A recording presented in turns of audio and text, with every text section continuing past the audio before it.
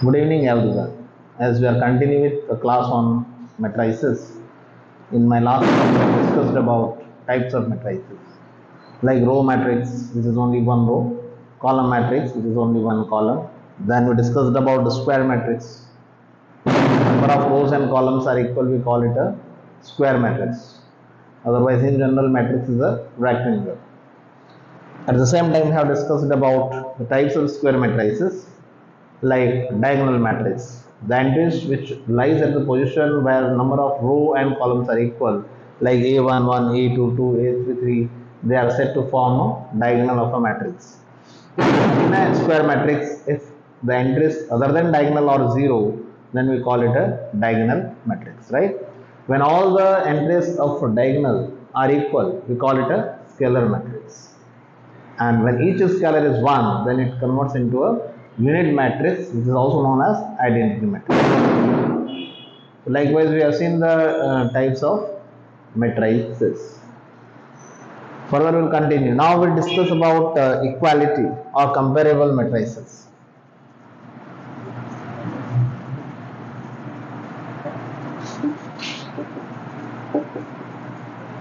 When two matrices are said to be comparable, to compare two matrices, it is mandatory that they should have same order. That means the number of rows and columns in both the matrices should be equal. Like if there is a matrix of order 2 by 3, also should be a matrix of order 2 by 3. We call them comparable matrices, right? So if I write here a matrix A, Aij, M cross N, and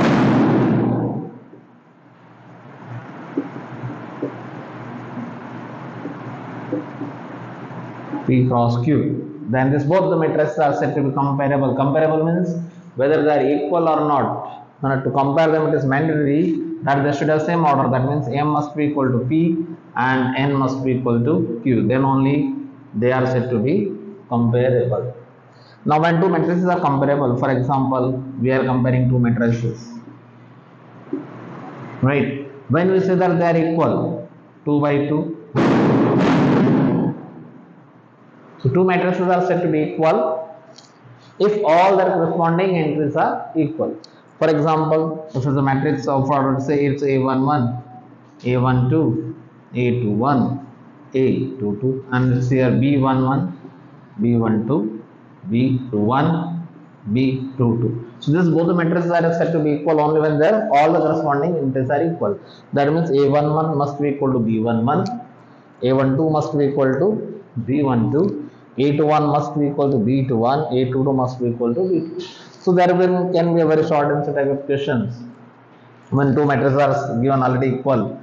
For example, x square 1, 2 and y. The other one is given here 4, 1, 2 and minus 3.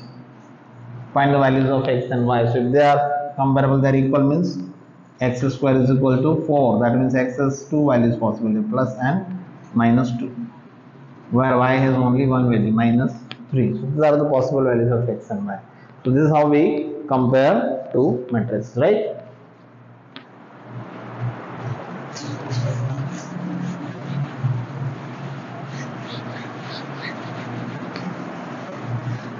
Now we'll discuss about the operations on matrices.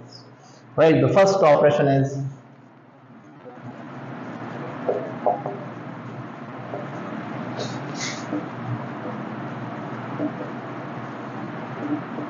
the first one is addition.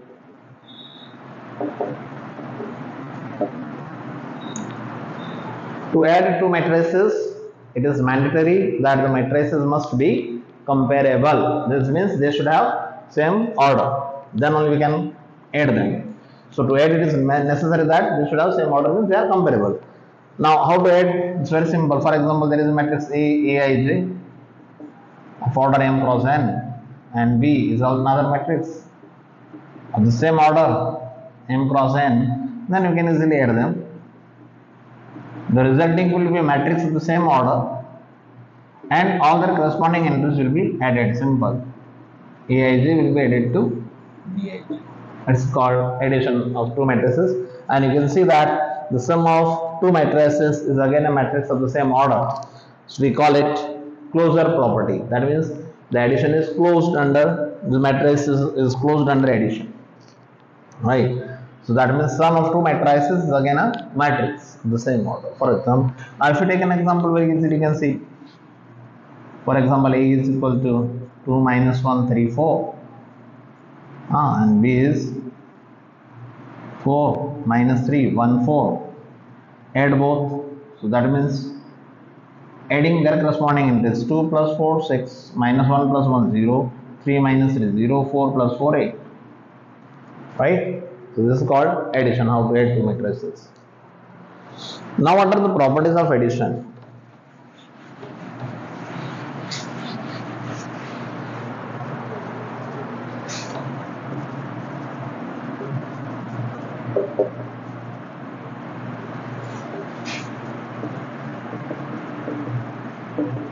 For any algebra of addition or subtraction or any binary operation, there are certain properties. The first property comes closure property.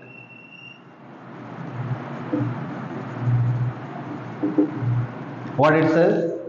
That if you apply that operation on any two members of the family, and if the resulting is again the member of the same family, we say that the family is closed under that operation. For example, if we take two matrices and if we add them, resulting is again a matrix. That means the sum of matrices is closed. Right. So or you can say that matrices family is closed under addition. Right. That is the closure property. Simple. Already we have seen that sum of two matrices is again a matrix, right? The second property comes common, which you generally test on any operation, is commutative property. This we have been studying from very beginning. Commutative property means for addition means if you add any two numbers, for example, we say about numbers, if you add any two numbers, order doesn't matter. 2 plus 3 is same as 3 plus 2, which is 5. So likewise here also you can easily observe that if you are adding two matrices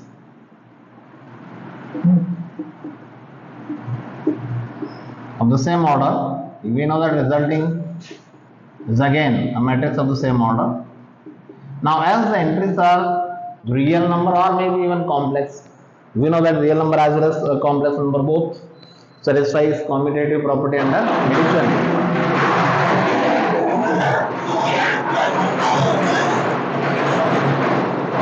So while you are adding, order doesn't matter. Right? While you are adding, order doesn't matter. That means this time you can write as Bij plus Aij, and now further we can separate them.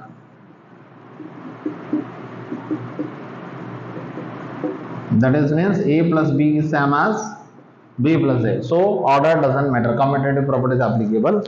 Why? Because the entries of matrices are either real number or complex number. So A plus B is always same as B plus A. Order doesn't matter.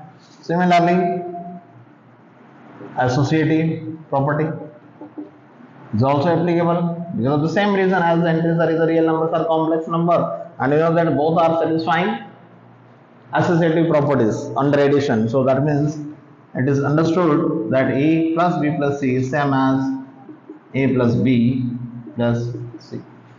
The next point comes is existence of identity.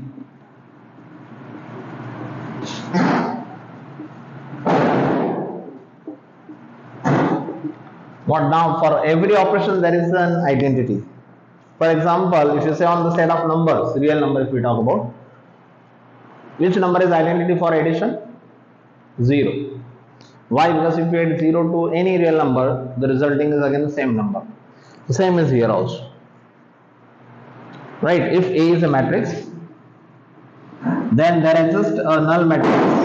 Null matrix means a matrix whose all the entries are 0.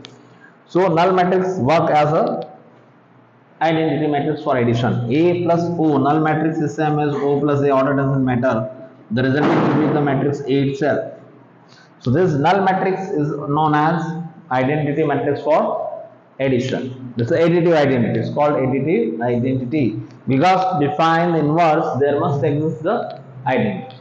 Right? So this is the existence of identity.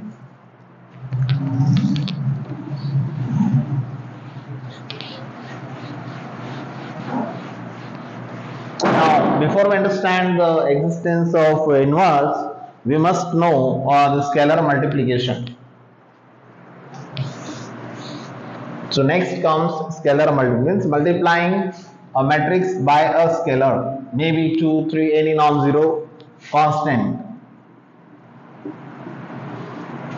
Right, so if you are multiplying matrix by this scalar ones, for example, suppose the entries are aij. Yeah? So if you are multiplying it by scalar, that means each entry get multiplied by that scalar.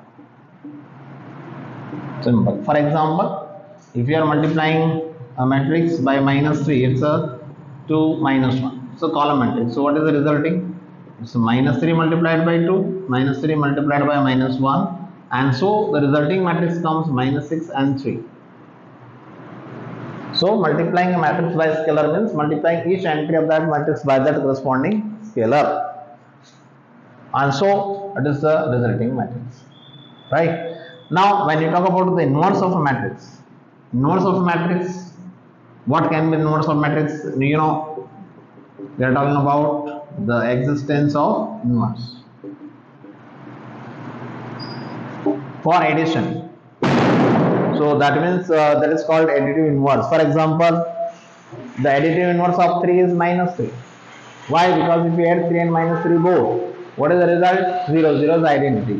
So likewise here, what we should add to any matrix A so that the resulting is a null matrix. So obviously it's the negative of matrix. Now what is the meaning of negative of matrix? Negative of matrix is same as multiplying any matrix by -1.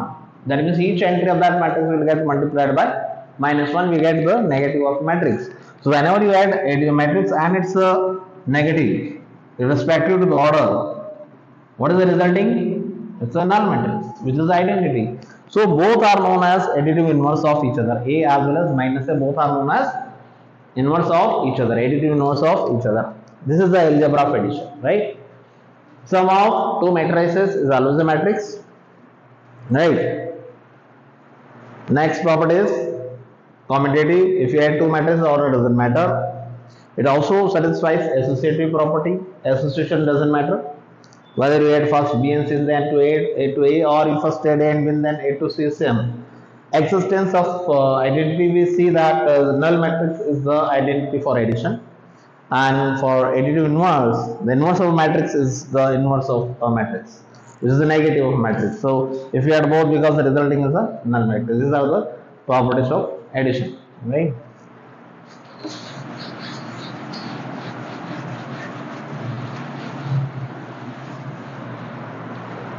Likewise, you can see the properties of the scalar multiplication, as if you are multiplying a matrix by any scalar, that means each entry of that matrix get multiplied by the scalar, right? Resulting is like this.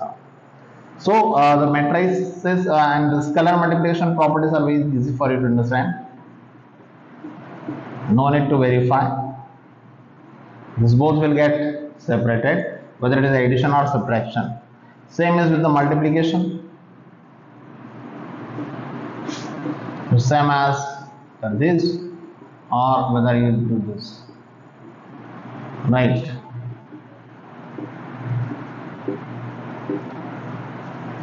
These are the basic properties. It's very common and easy to understand because K and S both are scalars. So this was addition and scalar multiplication, right? Let's take some examples from NCERT textbooks as we are practicing. There is a question given here. Find the values of x and y. Right, the question is here like this.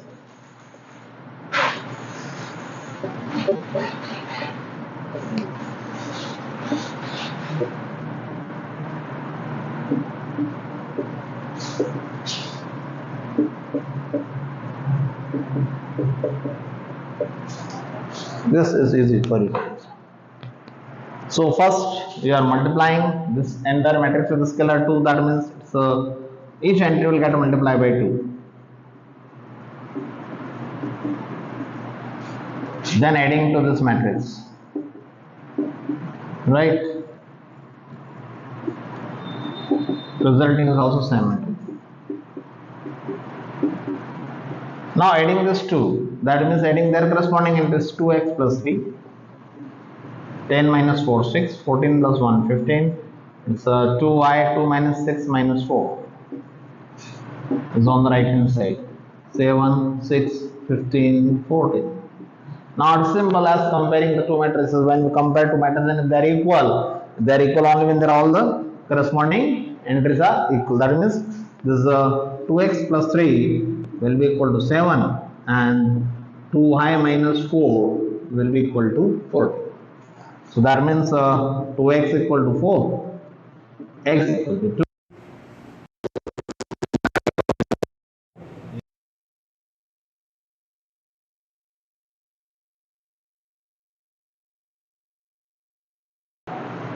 Yeah, thus we have seen that how to add matrices and what is the scalar multiplication, right? And what is the meaning of comparability? How to compare two matrices. Now in my next class, I will discuss with you the another operations like addition, multiplications, and their properties, right? So next class, let's see.